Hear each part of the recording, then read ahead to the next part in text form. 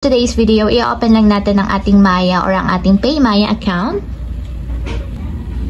And then, pagka-open guys, mula dito sa pinakang homepage ng ating PayMaya, itap nyo lang yung username na nandito sa may upper left corner. So, tap nyo lang yun yung username. And then, mapupunta tayo sa pinakang settings ng ating PayMaya or Maya account. So, hanapin nyo lang guys dito yung QR code button na nandito sa upper right corner.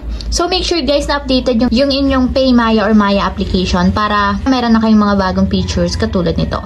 So, kung makikita nyo guys, ito na yung ating personal QR code sa Maya. So, kung may magsasend sa inyo guys ng pera dito sa inyong Maya account, pwede nyo i-share itong QR code na to sa kanila para once na na-scan nila yan, automatic lalabas yung inyong account and pwede na nilang isend sa inyo instant yung pera.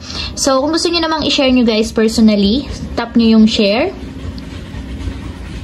And pwede nyo siyang i-share through Messenger, TikTok, or kahit ano pa. Pwede din siya sa messages. So, save muna natin sa gallery. So, and guys, nakasave na yung ating QR code. So, ito lang yung gagamitin nyo guys or i-share nyo sa ibang tao kung may magsasend sa inyo ng pera.